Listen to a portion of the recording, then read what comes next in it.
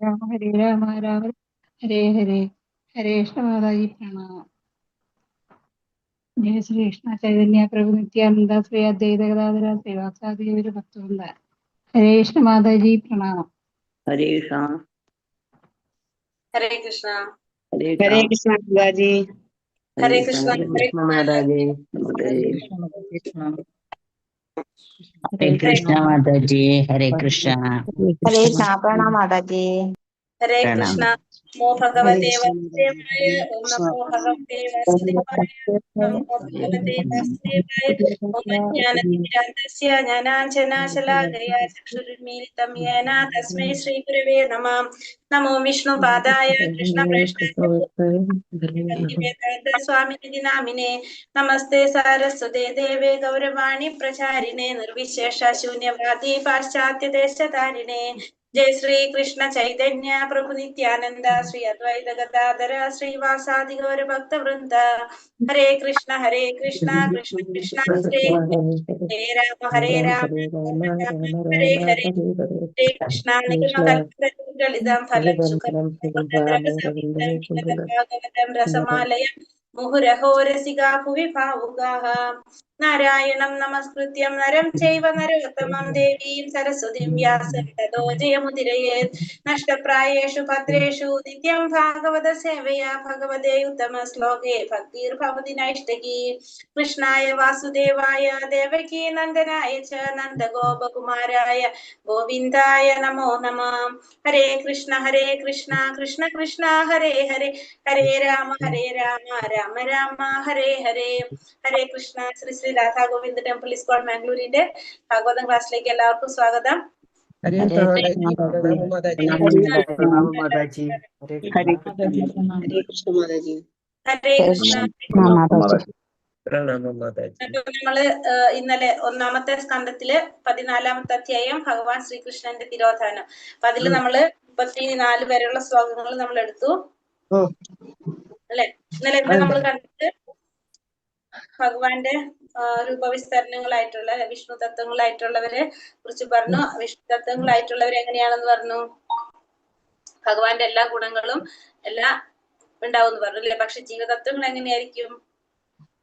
ജീവതത്വങ്ങള് ഗുണത്തില് തുല്യമായിരിക്കും, അളവില് വ്യത്യാസമായിരിക്കും. അതായത് ഭഗവാന്റെ പൂർണ്ണ വിസ്തരണങ്ങൾ എങ്ങനെയാണ്? ഭഗവാനെ പോലെ തന്നെയാണ് വിഷ്ണു തത്വങ്ങള് എല്ലാ തരത്തിലും പൂർണ്ണ വിസ്തരണങ്ങളോട് കൂടി ഭഗവാന്റെ എല്ലാ ഗുണങ്ങളും എല്ലാ ആർക്കുണ്ടാവും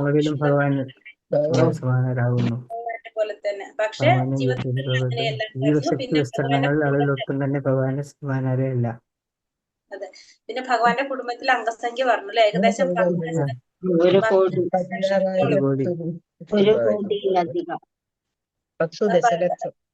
10 ദശലക്ഷത്തോളം ആണ്. 1 കോടി അംഗങ്ങൾ ഉൾപ്പെടുന്ന ദൃശ്യമായ ഒരു കുടുംബം ഭഗവാൻ പരിപാലിച്ചിരുന്നത് പറഞ്ഞു. പിന്നെ അത് കഴിഞ്ഞിട്ട് പിന്നെ ശ്രുതൻ ദേവനും ഉദ്ധവരും നന്ദനൻ സുനന്ദൻ മുക്താത്മ ബലവാനുണ്ട് നിത്യസഹചാരികളായിട്ടുള്ള ഭഗവാന്റെ സന്തത സഹചാരികളൊക്കെ അവർക്കൊക്കെ സുഖാണെന്നൊക്കെ ആര് ചോദിക്കുന്നുണ്ട്? കൃഷ്ണ മഹാരാജാവ് ചോദിക്കുന്നു. ഇന്നത്തെ ശ്ലോകത്തില് എന്താണ് പറഞ്ഞ? ഭഗവാനെ ഇന്ദ്രിയങ്ങൾക്കും ഗോപങ്ങൾക്കും ആനന്ദം പകരുന്നു. ആനന്ദം പകരുന്നവനും ഭക്തരോട് അത്യന്തം മമത പരമദിവ്യം ശ്രേഷ്ഠ സുഹൃത്തുക്കൾ അവലം ചെയ്യപ്പെട്ട് ഗോവിന്ദൻ എന്ന് ഭഗവാനെ വിശേഷിപ്പിക്കുന്നു അല്ലെ. ഭഗവാന്റെ സംരക്ഷണമില്ലാത്ത സമൂഹത്തെ ദ്വാരകപുരിയിലെ ധർമ്മിത എല്ലാവരും സദസ് ആസ്വദിക്കുന്നുണ്ടെന്ന് പറഞ്ഞു. ഭഗവാന്റെ സുഹൃത്തുക്കളാൽ വലയം ചെയ്യപ്പെട്ട് ദ്വാരകപുരിയിൽ ഭഗവാന്റെ സംരക്ഷണം എല്ലാവരും ആസ്വദിക്കുന്നുണ്ടോ എന്നുള്ളതൊക്കെയാണ് ഇവിടെ യുധിഷ്ഠിര മഹാരാജാവ് ചോദിക്കുന്നത്. ഇനി ശ്ലോകം 35-36. ഓം നമോ ഭഗവതേ വാസുദേവായ മംഗളായ ലോകാനാം ക്ഷേമ. ഹരേ കൃഷ്ണ. മംഗളായ ച ലോകാനാം ക്ഷേമായ ച ഭവായ ച ആസ്തേ യത് ഗുലാം ഹോതാവ് ആദ്യോനന്ത സഖാ പുമാൻ യത് ബാഹുദണ്ഡ ഗുപ്തായാം സ്വപുര്യാം യതവോർച്ചിതഃ ക്രീഡന്തി പരമാനന്ദം മഹാപൗരുഷിക ഇവ മംഗളായ ച ലോകാനാം ക്ഷേമായ ച ഭവായ ച ആസ്തേ യത് കുലാംബോധൗ ആദ്യോനാന്ത സഖാസ്പുമാൻ യദ്ബാഹുദണ്ഡഗുപ്തായാം സ്വപൂര്യാം യദവോർച്ചിതഃ ക്രീഡന്തി പരമാനന്ദം മഹാപൗരുഷിക ഇവ. ചൊല്ലാം. ഓം ഭഗവതേ വാസുദേവായ മംഗളായ ച ലോകാനാം ക്ഷേമായ ച ഭവായ ച ക്രീഡന്തി പരമാനന്ദം മഹാപൗരുഷിക ഇവ. മംഗളായ ച ലോകാനാം ക്ഷേമായ ച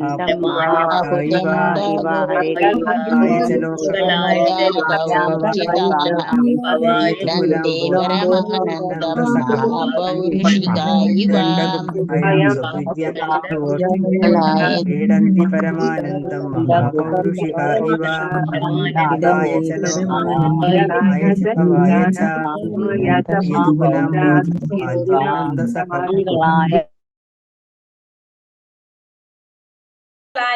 സർവമംഗളത്തിനായി ച ലോകാനാം എല്ലാ ലോകങ്ങളുടെയും ക്ഷേമായ പരിപാലനത്തിനായി ച ഭവായ ഉന്നതിക്കായി ച ആസ്തേ അവിടെയുണ്ട് യതുകുല അംബോധൗ യതുവംശ സാഗരത്തിൽ ആദിമ അനന്ത സഖ അനന്തന്റെ അതായത് ബലരാമന്റെ കൂടെ പുമാൻ പരമാസ്വാദകൻ യത് ആരുടെ ബഹുദണ്ഡ ഗുപ്തായാം അദ്ദേഹത്തിന്റെ ബാഹുക്കളാൽ സംരക്ഷിക്കപ്പെടുകയാൽ സ്വപൂര്യാം അദ്ദേഹത്തിന്റെ സ്വന്തം നഗരത്തിൽ യദുവംശത്തിലെ അംഗങ്ങൾ അർച്ചിത അവർ അർഹിക്കുന്നത് പോലെ ക്രീഡന്തി ആസ്വദിക്കുന്നു പരമ ആനന്ദം അതീന്ദ്രിയ ആനന്ദം മഹാപൗരുഷിക ആത്മീയ ആകാശത്തിലെ നിവാസികൾ ഇവ പോലെ. വിവർത്തനം പരമാസ്വാദകനായ ആദിമൂലമായ പരമദിവ്യോത്തമ പുരുഷൻ ആദി ഭഗവാനായ അനന്തനായ ബലരാമനോടൊപ്പം സമ്പൂർണ്ണ പ്രപഞ്ചത്തിന്റെയും ക്ഷേമത്തിനും സംരക്ഷണത്തിനും സാർവത്രികമായ പുരോഗതിക്കുമായി യദുവംശമാകുന്ന സാഗരത്തിൽ വസിക്കുന്നു. മാത്രവുമല്ല യദുവംശത്തിലെ അംഗങ്ങൾ ഭഗവാന്റെ തൃക്കരങ്ങളാൽ സംരക്ഷിക്കപ്പെടുകയാൽ ആത്മീയ ആകാശവാസികൾ എന്ന വണ്ണം ജീവിതത്തെ ആസ്വദിക്കുന്നു. ഇവിടെ പറയുന്നതാണ് പരമ ആസ്വാദകനായിട്ടുള്ള ആദിമൂലമായിട്ടുള്ള പരമദിവ്യോത്തമ പുരുഷൻ ആദി ഭഗവാനായിട്ടുള്ള അനന്തനായിട്ടുള്ള അതായത് ബലരാമനോടൊപ്പം സമ്പൂർണ്ണ പ്രപഞ്ചത്തിന്റെ ക്ഷേമത്തിനും സംരക്ഷണത്തിനും സാർവത്രികമായ പുരോഗതിക്കുമായിട്ട് യദുവംശമാകുന്ന സാഗരത്തിൽ വസിക്കുന്നു. മാത്രമല്ല ആ യദുവംശത്തിലെ അംഗങ്ങൾക്ക് എങ്ങനെയാണ് ഭഗവാന്റെ തൃക്കരങ്ങൾ കൊണ്ട് അവർ സംരക്ഷിക്കപ്പെടുന്നത് കൊണ്ട് തന്നെ അവരെങ്ങനെയാണ് ആത്മീയമായ ലോകത്തെ നിവാസികളെ പോലെ തന്നെയുള്ള ജീവിതം ആസ്വദിക്കാൻ ആർക്ക് സാധിക്കാണ്? ഈ യദുവംശത്തിലെ അംഗങ്ങൾക്കും സാധിക്കാണ്. ഭാവാർത്ഥം ശ്രീല പ്രഭുപാദിക്ക് ജയ്. നാം നിരവധി തവണ വിശദമാക്കിയതുപോലെ പരമപുരുഷനായ വിഷ്ണു ഓരോ പ്രപഞ്ചത്തിലും ഗർഭോദകശായ വിഷ്ണുവെന്നും ക്ഷീരോദകശായ വിഷ്ണുവെന്നുമുള്ള രണ്ട് പദവികളിൽ വസിക്കുന്നു. പ്രപഞ്ചത്തിന്റെ ഉത്തര ശൃംഖത്തിൽ ക്ഷീരോദകശായ വിഷ്ണുവിന് സ്വന്തം ധാമമുണ്ട്.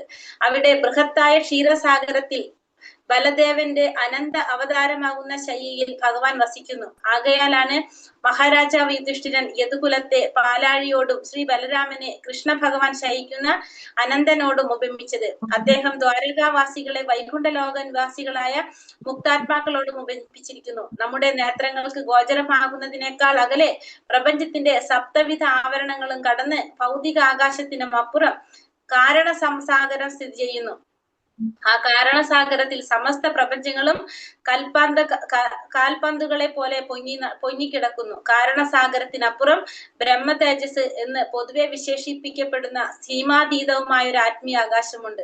ഇവിടെ നമ്മൾ എന്താണ് പലതവണ പറഞ്ഞിരിക്കുന്നത് പോലെ പരമപുരുഷനായ ഭഗവാൻ വിഷ്ണു ഓരോ പ്രപഞ്ചത്തിനും ഗർഭോദകശായ വിഷ്ണുവെന്നും ക്ഷീരോദകശായ വിഷ്ണുവെന്നുള്ള രണ്ട് പദവികളില് വസിക്കുന്നു. അപ്പൊ പ്രപഞ്ചത്തിന്റെ ഉത്തര ശൃംഖത്തില് ക്ഷീരോദകശായ വിഷ്ണുവിന് സ്വന്തമായിട്ടൊരു ധാമമുണ്ട്. ക്ഷീരോദകശായ വിഷ്ണുവിന് അവിടെ ബൃഹത്തായിട്ടുള്ള ക്ഷീരസാഗരത്തില് ബലദേവന്റെ അതായത് അനന്തന്റെ അവതാരം ബലദേവന്റെ അവതാരാണ് അനന്തൻ. അനന്തശയ്യയിൽ ഭഗവാൻ വസിക്കുന്നു. ആകയാലാണ് മഹാരാജാവ് യുധിഷ്ഠിരൻ ഇവിടെ യദുകുലത്തെ പാലാഴിയോടും ബലരാമനെ ഭഗവാൻ ശയിക്കുന്ന അനന്തനോടും ഉപമിച്ചത്. അദ്ദേഹം ദ്വാരകാ നിവാസികളെ വൈകുണ്ഠ ലോകവാസികളായ മുക്താത്മാക്കളോടാണ് ഉപമിച്ചിരിക്കുന്നത്. കാരണം നേരിട്ട് ഭഗവാൻ സംരക്ഷണം നൽകാനവർക്ക് ദ്വാരകാ നിവാസികൾക്ക്, അതുകൊണ്ട് വൈകുണ്ഠ ലോകവാസികളായിട്ടുള്ള മുക്താത്മാക്കളോടാണ് ദ്വാരകാവാസികളെ ഉപമിച്ചത്. നമ്മുടെ നേത്രങ്ങൾക്ക് ഗോചരമാകുന്നതിനേക്കാൾ അകലെ പ്രപഞ്ചത്തിന്റെ സപ്തവിധ ആവരണങ്ങളും കടന്ന്, അപ്പൊ നമ്മുടെ ഈ ഭൗതിക പ്രപഞ്ചത്തിന്റെ ആവരണങ്ങൾ എല്ലാം കടന്ന് ഭൗതിക ആകാശത്തിനപ്പുറം കാരണസാഗരം സ്ഥിതി ചെയ്യുന്നു. അപ്പൊ നമുക്കറിയാം ഈ ഭൗതിക പ്രപഞ്ചത്തിന്റെ അപ്പുറത്താണ് എന്ത് ഉള്ളത്? കാരണസമുദ്രം ഉള്ളത്. ആ കാരണസമുദ്രത്തില് സമസ്ത പ്രപഞ്ചങ്ങളും എങ്ങനെയാണ്? കാൽപന്ത് പോലെ പൊങ്ങിക്കിടക്കുന്നതാണ് കാരണസമുദ്രത്തില്. ആ കാരണസാഗരത്തിനപ്പുറത്താണ് എന്ത്? ബ്രഹ്മജ്യോതിസ്. അപ്പൊ ബ്രഹ്മ തേജസ് പൊതുവെ വിശേഷിപ്പിക്കപ്പെടുന്ന ആ സീമാതീതമായിട്ടുള്ള ആകാശം, സീമാതീതമായ ആത്മീയ ആകാശം ഉണ്ട്. ഈ തേജസ്സിനുള്ളിൽ അസംഖ്യം ആത്മീയ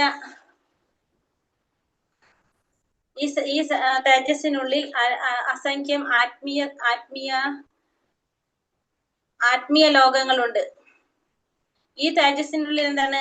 അസംഖ്യം ആത്മീയ ലോകങ്ങളുണ്ട്. ഈ തേജസ്സിനുള്ളില് ആത്മീയ ലോകങ്ങൾ അനേകം ഉണ്ട്. വൈകുണ്ഠ ലോകങ്ങൾ എന്നറിയപ്പെടുന്നു. നമുക്കറിയാലോ വൈകുണ്ഠ ലോകങ്ങളിൽ പരവ്യോമത്തിൽ സ്ഥിതി ചെയ്യുന്ന വൈകുണ്ഠ ലോകങ്ങൾ എന്ന് പറഞ്ഞാല് അസംഖ്യം വൈകുണ്ഠ ലോകങ്ങളുണ്ട് അവിടെ. ഓരോ വൈകുണ്ഠ ലോകവും ഭൗതിക ലോകത്തിലെ ഏറ്റവും ബൃഹത്തായ പ്രപഞ്ചത്തെക്കാൾ അനേക മടങ്ങ് ബൃഹത്താകുന്നു. അപ്പൊ ഭൗതിക പ്രപഞ്ചമാണ് ഏറ്റവും ചെറുത്. നമ്മൾ പറഞ്ഞു 3 ഭാഗം ആത്മീയ ലോകം, 1 ഭാഗമാണ് എന്ത്? ഭൗതിക ലോകം ഉള്ളത്. അപ്പൊ ഈ ഭൗതിക ലോകത്തിനേക്കാളും അനേകം മടങ്ങ് ബൃഹത്തായതാണ് എന്ത്? ആത്മീയ ലോകം. അവയിൽ ഓരോന്നിലും ഭഗവാൻ വിഷ്ണുവിനെ പോലെ അതേ രൂപസാദൃശ്യമുള്ള അസംഖ്യ നിവാസികളുണ്ട്. അപ്പൊ ഈ വൈകുണ്ഠ ലോകങ്ങളിലെല്ലാം ഉള്ള നിവാസികൾ എങ്ങനെയാണ്? ഭഗവാനെ പോലെ തന്നെ ചതുർഭുജ രൂപത്തില് ശംഖ് ചക്ര ഗദാ പത്മത്തോടു കൂടിയ ആ രൂപത്തിലാണ് എവിടെയുള്ളത്? വൈകുണ്ഠ ലോകത്തിലെ നിവാസികളെല്ലാം തന്നെ. ഈ വൈകുണ്ഠ ലോക നിവാസികൾ മഹാപൗരുഷികർ അഥവാ ഭഗവത് സേവനത്തിൽ നേരിട്ട് വ്യാപരരാകുന്നവർ എന്നറിയപ്പെടുന്നു. അപ്പൊ ഈ വൈകുണ്ഠ ലോക നിവാസികൾ എല്ലാം എങ്ങനെ അറിയപ്പെടുന്നത്? നേരിട്ട് സേവനം ചെയ്യുന്നവര്, നേരിട്ട് വ്യാപൃതരാകുന്നവർ ഭഗവാന്റെ സേവനത്തിൽ, അല്ലെങ്കിൽ മഹാപൗരുഷികർ എന്നാണ് അറിയപ്പെടുന്നത്. ഇവർ ഈ ലോകത്തിൽ യാതൊരുവിധ ക്ലേശങ്ങളും കൂടാതെ സന്തോഷത്തോടെ വസിക്കുന്നു. അപ്പൊ ഈ വൈകുണ്ഠ ലോക ആത്മീയ ലോകത്തില് ഭൗതിക ലോകത്തിലും മാത്രമേ നമുക്ക് എന്തുള്ളൂ? ജരാനരകൾ ബാധിക്കുന്നുള്ളൂ, ദുഃഖം ഉണ്ടാകുന്നുള്ളൂ. പക്ഷെ ആത്മീയ ലോകത്തിലേക്ക് കടന്ന് നമുക്ക് എന്തില്ല? ജരാനരകളില്ല, ദുഃഖങ്ങളില്ല, ഒന്നുമില്ല. ദുഃഖമില്ലാത്തൊരു ലോകമാണ് ഇതൊക്കെ. കുണ്ഠിതങ്ങൾ ഇല്ലാത്ത ലോകം. വൈകുണ്ഠം എന്ന് വെച്ചാല് കുണ്ഠിതങ്ങൾ ഇല്ലാത്ത ലോകം എന്നാ പറയാ. അപ്പൊ ഈ ലോകങ്ങളിൽ വളരെ സന്തോഷത്തോടെ ക്ലേശങ്ങൾ കൂടാതെ ജീവിക്കുന്നു. മാത്രമല്ല നിത്യമായി യുവത്വ സമ്പൂർണരായി ജന്മമൃത്യു ജരാവ്യാധികളുടെ ഭയം കൂടാതെയും ശാശ്വതമായ കാലത്തിന്റെ പ്രഭാവമില്ലാതെയും പൂർണ്ണ ജ്ഞാനത്തിലും ആനന്ദത്തിലും ജീവിതം ആസ്വദിക്കുന്നു. അപ്പൊ നമ്മളിപ്പോ പറഞ്ഞത് അവര് നിത്യമായിട്ട് യുവത്വ സമ്പൂർണരായിട്ട്, അവർക്ക് എന്ത് ബാധിക്കുന്നില്ല? ജരാനരകൾ ബാധിക്കുന്നില്ല, ജന്മമൃത്യു ജരാവ്യാധികളുടെ ഭയമില്ല, ശാശ്വതമായ കാലത്തിന്റെ പ്രഭാവമില്ല, പൂർണ്ണ ജ്ഞാനത്തിലും ആനന്ദത്തിലും ജീവിതം ആസ്വദിക്കുകയാണ് ഇവിടെ വൈകുണ്ഠ ലോകത്ത് വൈകുണ്ഠ നിവാസികള്. ഭഗവാനോടൊപ്പം അത്രത്തോളം സന്തുഷ്ടരായിരിക്കാൻ ദ്വാരകാ നിവാസികളെ മഹാരാജാവ് യുധിഷ്ഠിരൻ വൈകുണ്ഠ ലോകത്തിലെ മഹാപൗരുഷികന്മാരുമായി ഉപരമിച്ചിരിക്കുന്നു. അപ്പോ ഈ ദ്വാരകാ നിവാസികളും ഇതേപോലെ സന്തോഷം അനുഭവിക്കുകയാണ്. അവര് ഭഗവാനുമായിട്ട് നേരിട്ട് ബന്ധമാണ് ആർക്ക്? ദ്വാരകയിലുള്ള നിവാസികൾക്ക്. അപ്പൊ അതുകൊണ്ട് തന്നെ അവരെ മഹാരാജാവ് യുധിഷ്ഠിരൻ എന്താ പറയണത്? മഹാപൗരുഷികന്മാരായിട്ടാണ് ഉപമിച്ചിരിക്കുന്നത്. വൈകുണ്ഠ ലോകത്തിലെ മഹാപൗരുഷികന്മാരായിട്ട് ഉപമിച്ചിരിക്കുന്നു. ഭഗവത്ഗീതയിൽ വൈകുണ്ഠ ലോകങ്ങളെ കുറിച്ചുള്ള നിരവധി പരാമർശങ്ങളുണ്ട്. അവിടെ അവയെ മദ്ധാമം അഥവാ ഭഗവത് സാമ്രാജ്യം എന്ന് പ്രതിപാദിച്ചിരിക്കുന്നു. അപ്പൊ വൈകുണ്ഠ ലോകത്തിന് മദ്ധാമം അല്ലെങ്കിൽ ഭഗവാന്റെ സാമ്രാജ്യം എന്നാണ് പ്രതിപാദിച്ചിരിക്കുന്നത്. ശ്ലോകം 37. യത്പാദശുശ്രൂഷണ മുഖ്യ കർമ്മണ സത്യോദയാ ദൃഷ്ട സഹസ്രയോഷിതഃ നിർജിത്യ സാഖ്യേ ത്രിദശാസ്തദാശിഷോ ഹരന്തി വജ്രായുധ വല്ലഭോജിതഃ.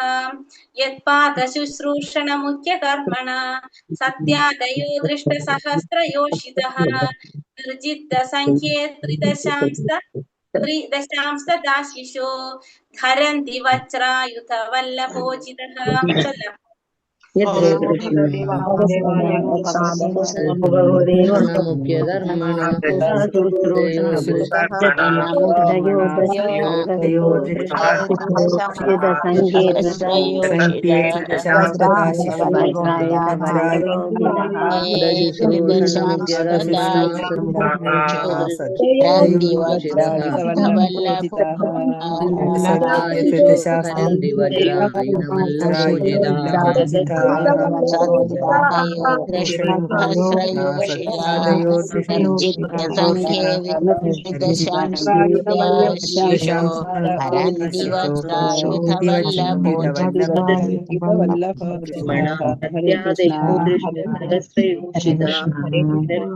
ഹരേ കൃഷ്ണ.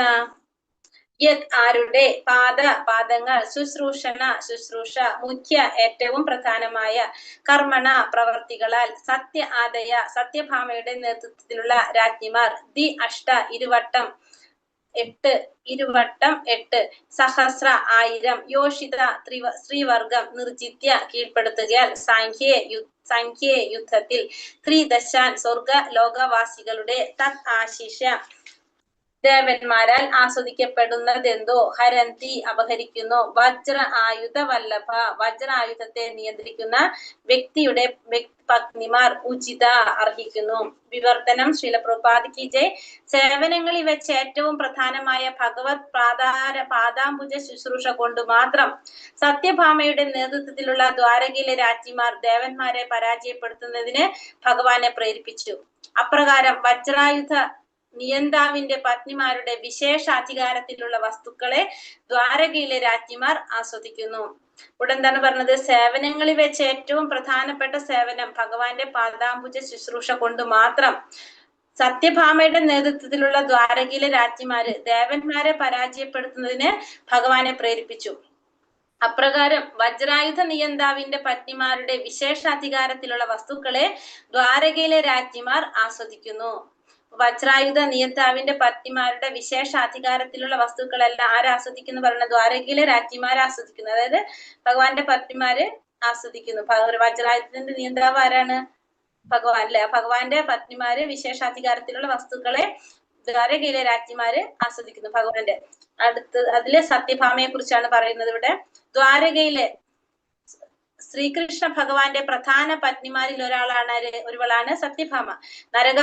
നരകാസുരനെ വധിച്ച ശേഷം ശ്രീകൃഷ്ണ ഭഗവാൻ സത്യഭാമയോടൊപ്പം നരകാസുരന്റെ കൊട്ടാരം സന്ദർശിച്ചു. സത്യഭാമയോടൊന്നിച്ച് ഭഗവാൻ ഇന്ദ്രലോകത്തിലേക്ക് പോയി.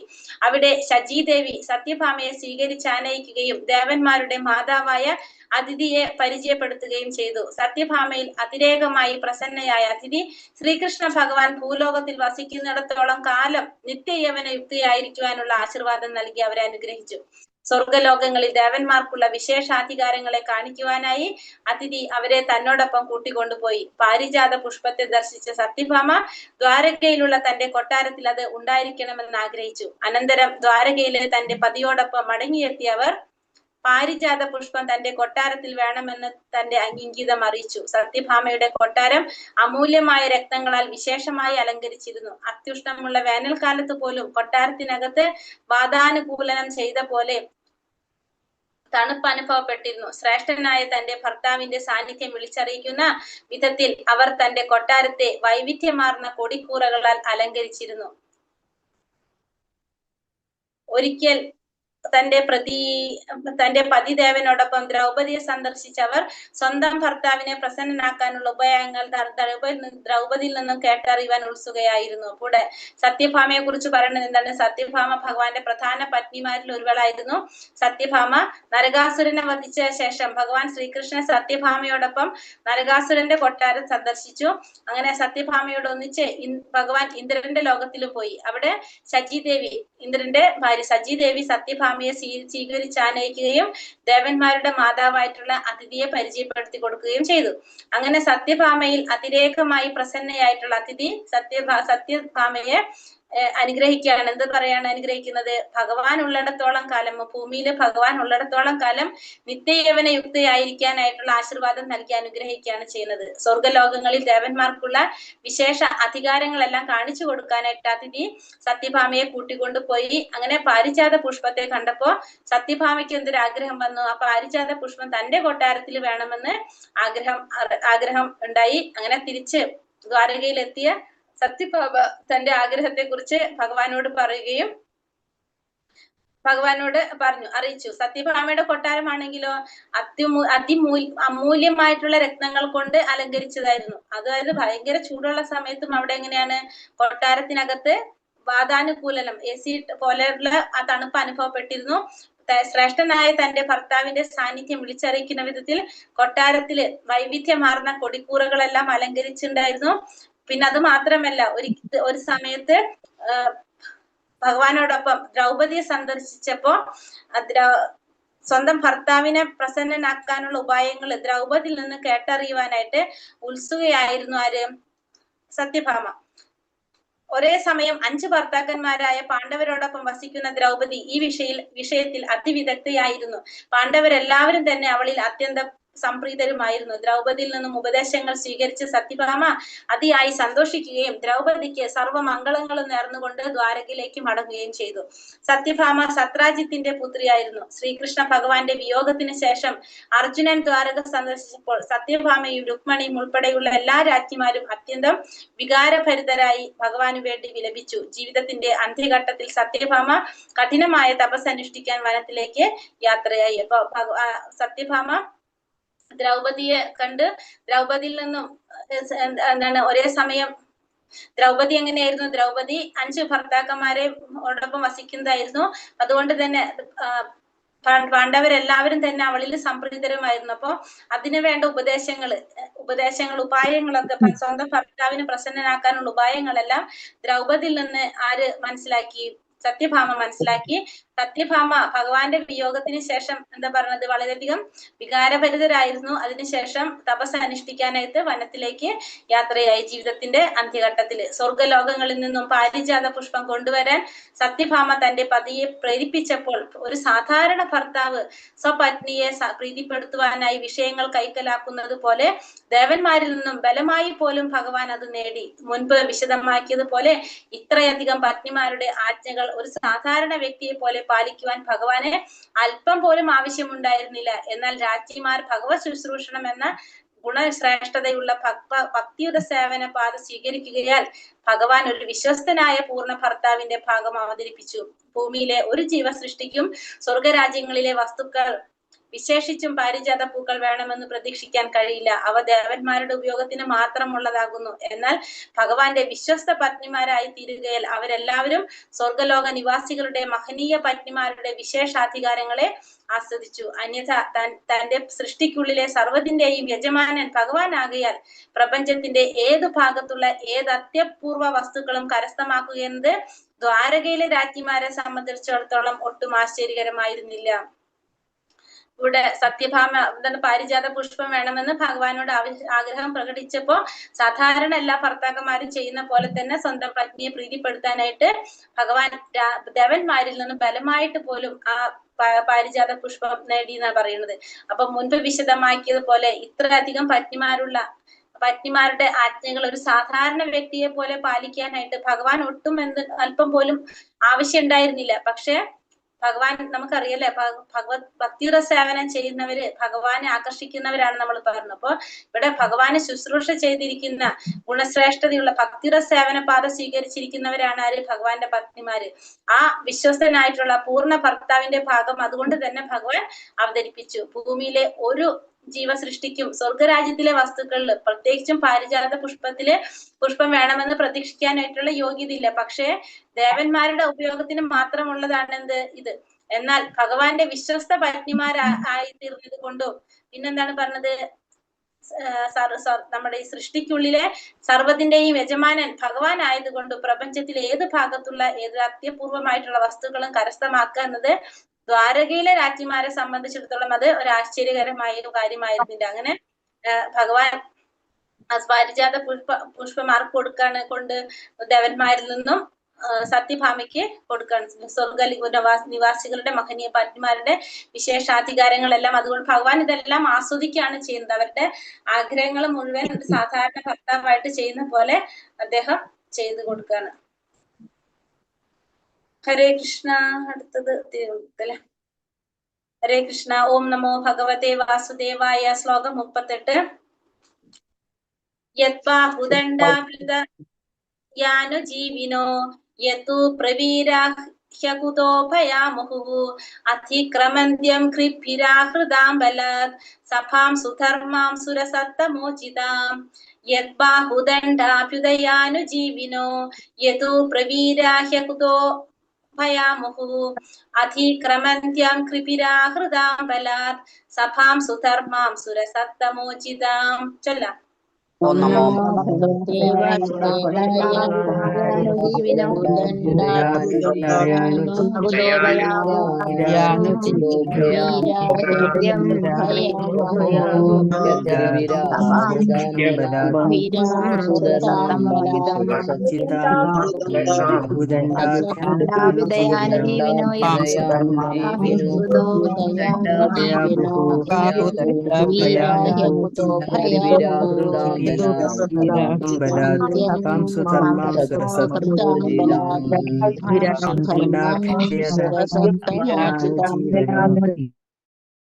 കൃഷ്ണ. ആരുടെ ബാഹുദണ്ഡ ബാഹുക്കൾ അഭ്യുദയ സ്വാധീനിക്കപ്പെട്ട് അനുജീവിന സർവദാ ജീവിക്കുന്നു. യദുകുലത്തിലെ അംഗങ്ങൾ പ്രവീരന്മാർ ഹി അകുതോഭയ എല്ലാ തരത്തിലും നിർഭയരായി മുഹു നിരന്തരായി അതിക്രമന്തി തരണം ചെയ്യുന്നു അകൃപി പാദത്താൽ ആഹൃതാം കൊണ്ടുവന്നു ബലാത്കാരമായി സഭാം സഭയിൽ സുധർമ്മ സുരസത്തമ ദേവന്മാരിൽ ഉത്തമൻ ഉചിതാം അർഹതയുള്ള വിവർത്തനം. ശ്രീല പ്രഭുപാദിക്ക് ജയ്. യദുകുലത്തിലെ പ്രവീരന്മാർ ശ്രീകൃഷ്ണ ഭഗവാന്റെ ബാഹുക്കളാൽ സംരക്ഷിക്കപ്പെടുകയാൽ എല്ലാവിധത്തിലും സദാ നിർഭയരായിരിക്കുന്നു. ആകയാൽ ശ്രേഷ്ഠരായ ദേവന്മാർ അർഹിക്കുന്നതും അവരിൽ നിന്ന് ബലമായി പിടിച്ചെടുത്തതുമായ സുധർമ്മ സഭയെ അവരുടെ പാദങ്ങൾ ചവിട്ടിമതിക്കുന്നു. അപ്പോൾ എന്ന് പറഞ്ഞാൽ യദുകുലത്തിലെ പ്രവീരന്മാര് ഭഗവാന്റെ ബാഹുക്കളാൽ സംരക്ഷിക്കപ്പെട്ടത് കൊണ്ട് തന്നെ ഇവരെങ്ങനെയാണ് സദാ നിർഭയരായിട്ടാണ് ആര് കാണപ്പെടുന്നത്? യദുകുലവാസികൾ കാണപ്പെട്ടിരുന്നത്. അതുകൊണ്ട് ദേവന്മാരെ അർഹിക്കുന്നതും അവരിൽ നിന്ന് ബലമായി പിടിച്ചെടുത്തിട്ടുള്ളതായ സുധർമ്മ സഭയെ അവരുടെ പാദങ്ങളെ ചവിട്ടിമതിക്കുന്നു. അപ്പൊ അവരത്രയും നിർഭയരായത് കൊണ്ട് തന്നെ സുധർമ്മ സഭയെ അവരുടെ പാദങ്ങൾ ചവിട്ടിമതിക്കുന്നു എന്ന് പറയണം. സുധർമ്മ സഭ എന്ന് വെച്ചാൽ ഇന്ദ്രന്റെ സഭയെ പറയുന്നതാണ്. ഹരേ കൃഷ്ണ കൃഷ്ണ കൃഷ്ണ ഹരേ ഹരേ ഹരേ രാമ രാമ രാമ ഹരേ ഹരേ വഞ്ചകൽപതരൂപശ്ച കൃപാ സിന്ധോഭ്യവച പതിതാനാം പാവനേഭ്യോ വൈഷ്ണവേഭ്യോ നമോ നമഃ. അനന്തകോടി വൈഷ്ണവൃന്ദി കി ജയ്. ശ്രീല പ്രഭുപാദ് കി ജയ്. ഗുരുദേവ് കി ജയ്. നിതായ് ഗുരുപ്രമാനന്ദേ. ഹരി ഹരി.